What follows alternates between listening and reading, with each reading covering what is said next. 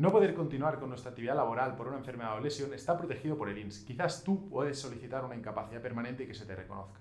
Buenos días amigos, bienvenidos a un nuevo vídeo de Campaña Abogados para nuestro canal de YouTube. Hoy os voy a hablar sobre lo que es la incapacidad permanente y un poco por encima de los diferentes grados que existen. Pero antes, como siempre, os pido que si os gusta el vídeo le deis al like y que os suscribáis al canal dándole a la campana. Pero antes de entrar en materia, ¿te gustaría poder contar con un abogado para todas las consultas que tengas, que además estas consultas se respondan en 24 horas? Pues bien, te presento nuestro nuevo servicio de Campaign Premium, un servicio en el cual podrás hacer todas las consultas de manera ilimitada y, como decimos, serán contestadas en un plazo máximo de 24 horas. Te dejo aquí en la descripción del vídeo el enlace por si quieres entrar y ver las diferentes opciones que ofrecemos. Pues bien, ¿qué es una incapacidad permanente? Una incapacidad permanente es aquella situación que se reconoce mediante la cual a un trabajador se le abona una prestación económica por no estar en condiciones de trabajar. Y dependerá, en muchos casos, del grado de limitación que presente esa persona, pudiendo dar lugar a diferentes grados de incapacidad permanente. Pues bien, existen 4 grados de incapacidad permanente. El primero es la incapacidad permanente parcial, que se reconoce a aquellos trabajadores que, por sus lesiones o enfermedades, sufren una merma de su capacidad laboral valorada en un 33% o más, pero que pueden seguir haciendo su trabajo habitual. Es decir, que presentan un hándicap que no les impide llevar a cabo las funciones principales, podríamos decir, de su trabajo, pero sí que le dificulta el llevarlo a cabo y por lo tanto se le compensa reconociendo esta incapacidad permanente, la cual conlleva el pago de una indemnización a tanto alzado de 24 mensualidades de la base reguladora. Por encima de la incapacidad permanente parcial encontramos la incapacidad permanente total para la profesión habitual. En esta incapacidad permanente lo que se entiende es que la persona, por las limitaciones que presenta, no está en condiciones de hacer las funciones básicas de su profesión habitual y por lo tanto no puede llevar a cabo la misma, pero que sí que puede trabajar de otras cosas y esta pensión es compatible con ese otro trabajo que pueda llevar a cabo el trabajador, valga la redundancia.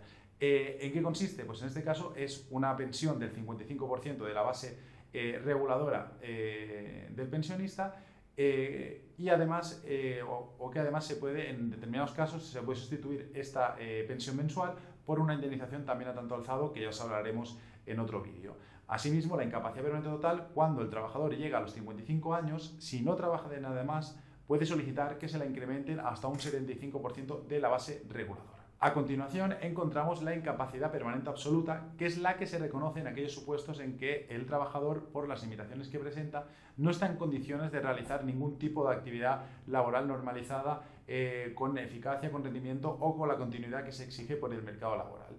Y lo que se reconoce en este caso, la prestación que conlleva, es una pensión mensual del 100% de la base reguladora. Y finalmente encontramos la gran invalidez, que es aquella situación que se reconoce a aquellos trabajadores que ya no es que no puedan trabajar de nada, sino que además necesitan de la ayuda constante de una tercera persona para llevar a cabo las actividades básicas de la vida diaria. Y a nivel económico, o la prestación que conlleva, es al 100% de la base reguladora, que se abona ya por la incapacidad permanente absoluta, se añade un complemento, que ya os explicaremos también en otro vídeo cómo se calcula, pero para que tengáis una idea, el mínimo de complemento que se reconoce sería del 45% de la base reguladora. Es decir, esa persona como mínimo cobraría el 145% de su base reguladora. Y estas pensiones se abonan en el caso de que deriven de contingencias comunes por 14 pagas y si derivan de contingencias profesionales, es decir, accidente de trabajo o enfermedad profesional, se abonan por 12 pagas. En cuanto a los requisitos para poder acceder a estas prestaciones,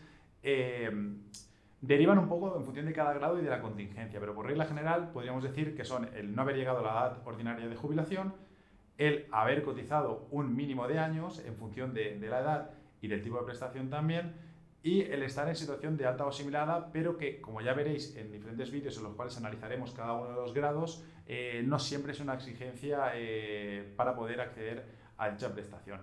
Asimismo, como ya hemos explicado en varias ocasiones, cuando la incapacidad deriva de accidente, ya sea laboral o no laboral, o de enfermedad profesional, no se exige en estas situaciones un mínimo de cotización en ningún caso. A la hora de que la Seguridad Social, el INS o un juez, en caso de recurrir, reconozca una incapacidad permanente, hay varios factores a tener en cuenta que son de especial relevancia para poder conseguir el reconocimiento de dicha prestación. En primer lugar, encontramos que la persona tenga informes médicos, ¿no? Porque nos hemos encontrado muchas veces que gente que acude al despacho y realmente es que o no ha tenido un seguimiento adecuado o es que no dispone de estas pruebas o informes, entonces es muy difícil que se pueda llegar a reconocer una incapacidad. En segundo lugar, el diagnóstico o la enfermedad en sí que pueda presentar esa persona y la gravedad de esa enfermedad. Ya no solo per se, o sea que sea una enfermedad grave, sino que por regla general la mayoría de enfermedades o lesiones presentan diferentes, podemos decir, fases o estadios de gravedad, ¿no?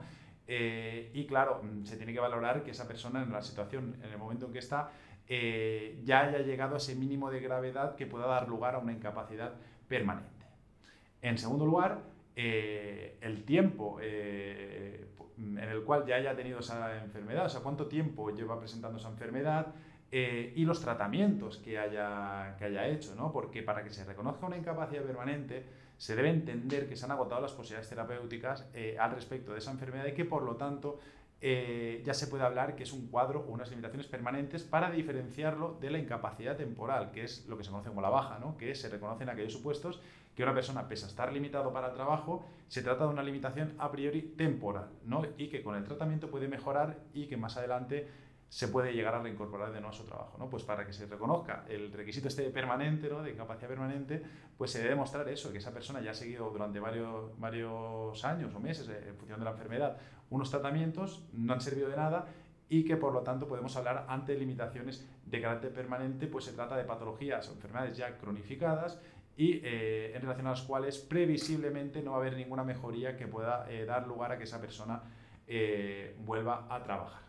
Y finalmente es importante que esas limitaciones que presenta el trabajador sean incompatibles con las exigencias de su trabajo o, en el caso de incapacidad permanente absoluta, de cualquier tipo de trabajo, o si se pretende conseguir o que se reconozca una gran invalidez, que además necesita de esa ayuda de terceras personas para las actividades básicas de la vida diaria. ¿Cómo se tramita una incapacidad permanente absoluta?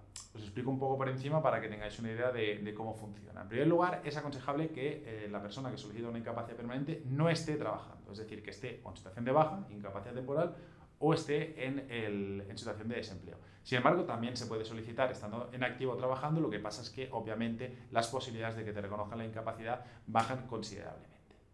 Y el procedimiento es, en primer lugar, presentar un formulario ante la Seguridad Social, ante el INS, que se puede hacer presencialmente o cada vez más de manera telemática a través de la sede electrónica de la Seguridad Social. Que además hoy en día, con toda la situación que estamos viviendo, muchas oficinas están cerradas o dan hora para muy tarde y es mucho más rápido el presentarlo de manera telemática si disponéis de certificado electrónico o clave para poder hacer este tipo de trámites. Como decimos, se presenta un formulario en el cual se adjunta una serie de documentación personal, como puede ser el DNI, el libro de familia, y se debe también